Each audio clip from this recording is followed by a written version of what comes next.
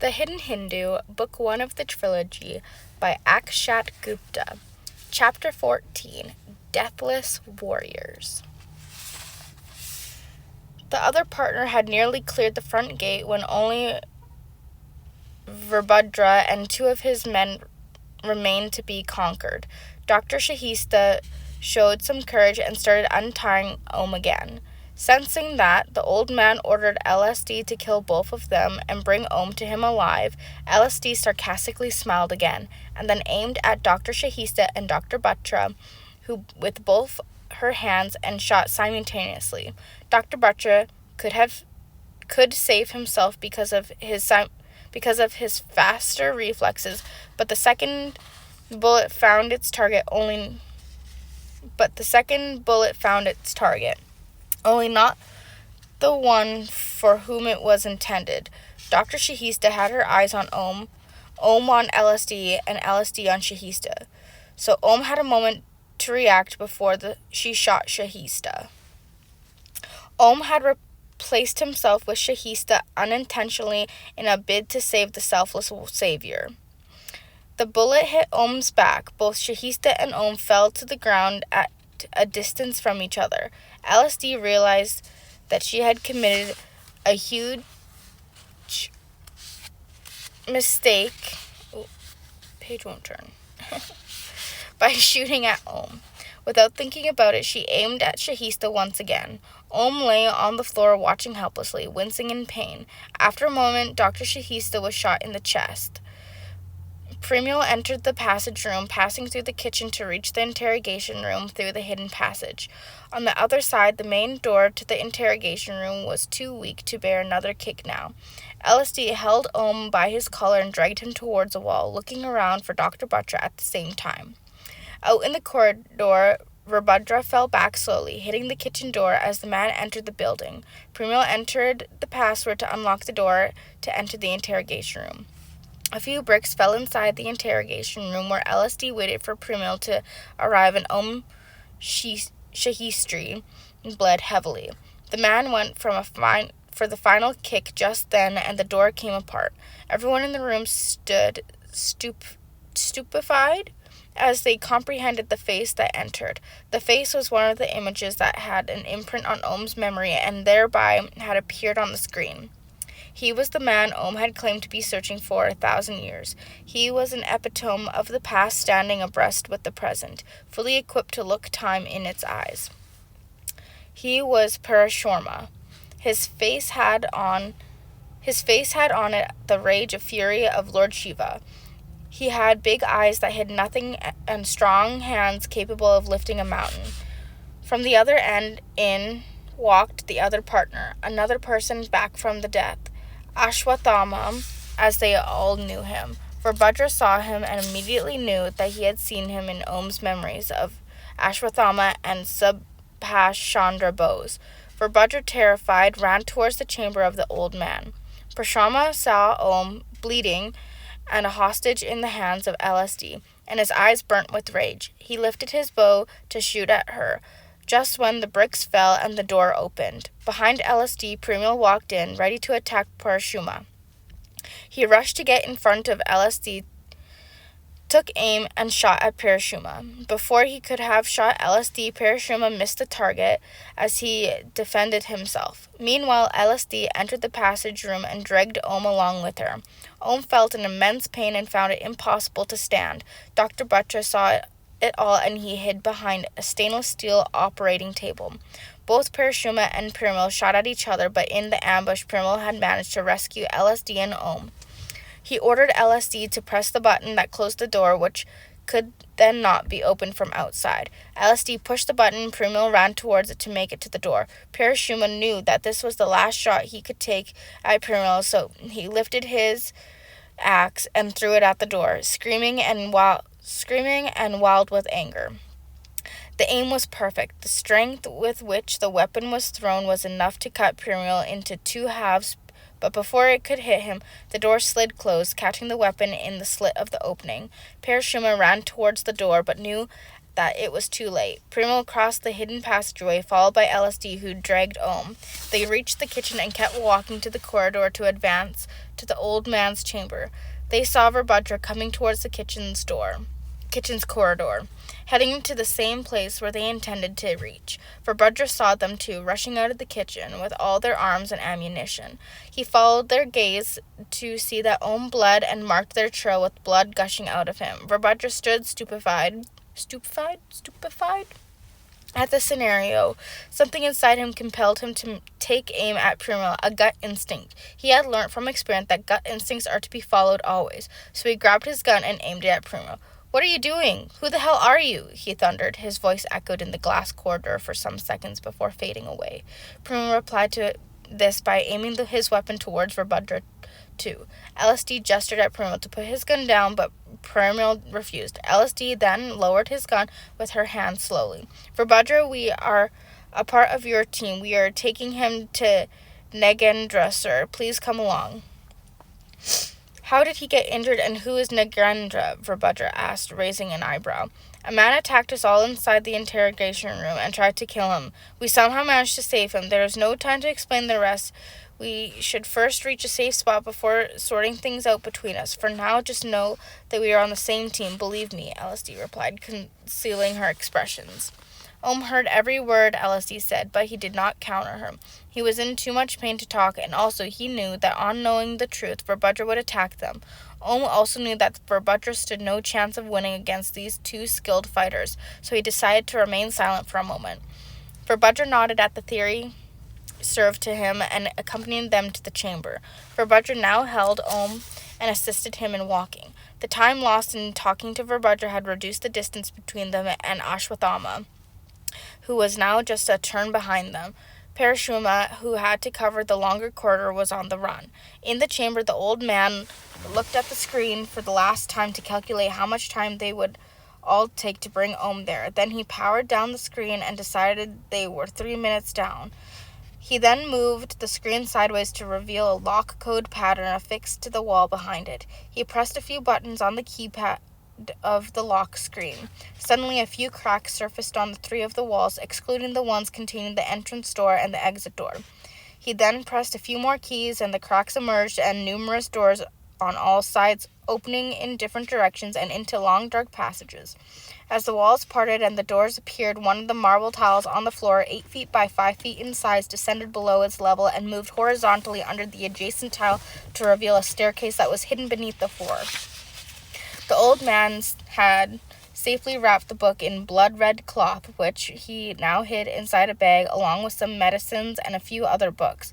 Now he waited for Primo and LSD to arrive and hid the keypad behind the screen again. Primo and LSD had almost reached the door to the old man's chamber, which was being guarded by 2 men. Verbudra was close behind, as he had to carry Ohm's weight, added to his own, which slowed him down. However, there was nothing that slowed down Ashwathama and Parashuma. Just when Primo entered the code to open the door, Ashwathama took the last turn and now could see them. The opponents stood on 2 corners of the long corridor, barely 20 feet apart. Closest to Ashwathama stood Verbudra.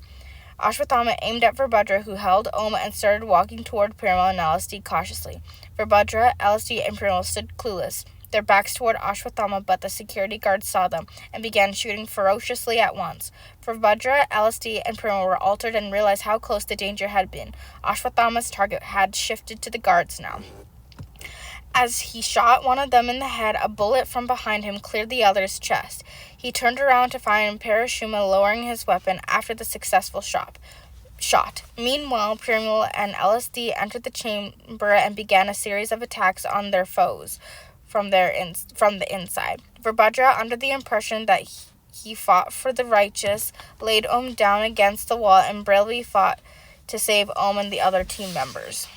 Back in the interrogation room, Dr. Butcher stood near Abhilash, who had been deceptively killed by Primo, and then approached Dr. Shahista.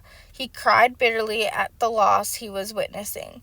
His grievance faded as he realized that his own life was at stake too. He was still alive, but he knew not till when. The gunshots in the distance broke this reverie. He had to devise a plan to escape from the building. He gathered evidence and samples of Ohm's blood, LSD's laptop, and Ohm's file, which contained all the pictures and names he had been using, and sneaked out of the building. Verbudra fought like a real soldier before being shot first by Parashuma in his shoulder and then by Ashwatthama in his chest and stomach.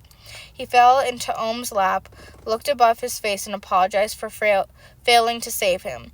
Ohm's eyes filled with tears as Verbudra breathed his last in his arms.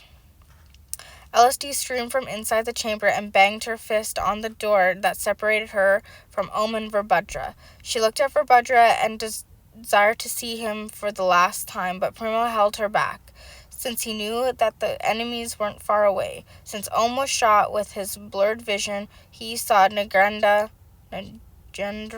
with Primo and LSD and could partially recognize him. Primo closed another door with a heavy heart. Ashwatthama rushed towards Ohm to ensure he was fine, and Parashuma rushed towards the closing door of the chamber. "Guruji, he is bleeding profusely," Ashwatthama exclaimed. Parashuma was busy fixing detonators on the door and replied, "Tear his shirt and tie it to his wound tightly. He can't die, but he mustn't faint either. Take him away from this door and stay with him all the time. I'm going after them." "As you order, Guruji." Ashwatthama took Ohm back to the kitchen and started searching for the for the first aid kit while Ohm was laid on one of the working tables. Ohm looked at Parashuma and the door one after another, and then found himself at a loss for words. He had so many questions, but was slowly losing consciousness. "I have been searching for yugas. I knew you were there," he managed to say. "You were always on our radar. We never lost track of you. You never found us because we didn't want you to," Ashwatthama revealed. "How did you find me here?" "We tracked down a few men from your locker in one of the banks down here to Ross Island." Ohm was taken aback on hearing this. The truth then dawned upon him that people had been to the Sri Lankan caves while he was detained at this place. Upset, he asked, "Where are the books?" Ashwatthama's face grew grim. "They are with them, in their possession. Guruji has gone after them," Ashwatthama said in a disappointed tone. "Why have you come for me? Why are you saving me?" Ohm asked. "Because you hold the key to the end." Ohm, surprised, looked at him and fought the heaviness that weighed on his mind. Gradually, he let his mind drift into the darkness and fell on the table in front of him. Parashuma blasted the steel door and entered the old man's chamber. He saw numerous doors then and faced the dilemma of which one to choose in order to follow his enemies. As LSD and Primo had entered the chamber, they, along with their boss, had hidden under the tile which opened up a staircase. The tile had been shut properly again. Now, as Parashuma looked around, he saw nothing out of the ordinary. He randomly chose a door and opened it. A long corridor unveiled itself. Parashuma started sprinting inside it, but to his dismay, he soon met a dead end at the other corner. He tried another one, but all in vain. Then he gave up. The bombs he had affixed to different corners of the facility would blow up any time now, of which Ohm and Ashwatthama were unaware. So he rushed back towards the kitchen. There he found Ashwatthama removing the bullet from Ohm's body. LSD, Primo, and the old man hadn't waited there at all. The passage was a secret one, skillfully built. It opened up to the seashore. The three came out under the sky on the sand. A submarine had already been waiting for them. They boarded it and left the island with the books. Parashuma, along with Ashwatthama, had just come out of the building when it blew. The facility, so artistically made, was reduced to nothing within a few minutes. Their enemies, too, saw the phenomenon, though from a different corner of the island. "Where are the books?" Ashwatthama asked. "They're with them," Parashuma replied. "Where are they?" "And where are they?" "They have left the island." "But they have the books. What will our next move be?" "Our next move is to protect Ohm. It's time for him to know about his concealed existence. Now he must know the truth about who he was before Mritwanjay, as he will be one of who will defend us the next time we face them. But how will we find them now? We have no clue where they might have gone." Ashwatthama grew more and more anxious. "They will come for us. We don't have to go searching for them." "Why will they come for us? They already have what they want." "They will soon realize that we hold the final key to the lock of immortality," said Parashuma, looking into Ohm's direction. They will need a drip of Danyavarti's blood flowing in Ohm's body to complete the procedure of immortality, for which they will have to come searching for us again. Hidden on another corner of the island, frightened to death, was Dr. Butcher with the blood sample of Ohm that Parashuma thought only they had. Guruji, what do we do now? We only wait, assured Parashuma. Parashuma stood firm at the edge of the rock, taking in the beauty of the sun setting in the horizon. Ashwatthama asked Om, do you have any idea who they were? Nagenda, Om replied. How is it possible? Nagenda is long lost, exclaimed Ashwatthama. Parashuma answered, standing with folded hands on the rock near the seashore, still looking at the setting sun. Long lost, not dead, just lost. Nagenda impatiently started reading the book, with eyes gleaming like that of a child's at the sight of his favorite candy, as Primo drove the U-boat far from the island, LSD looking at nothing.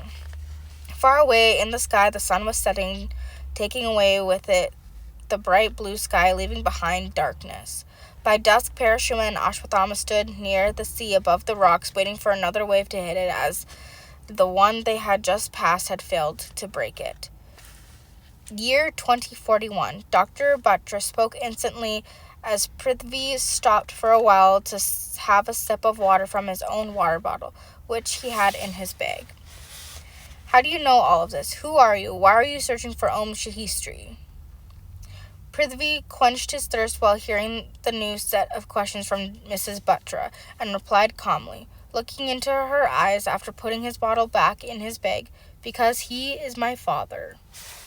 To be continued. See you in book 2, guys.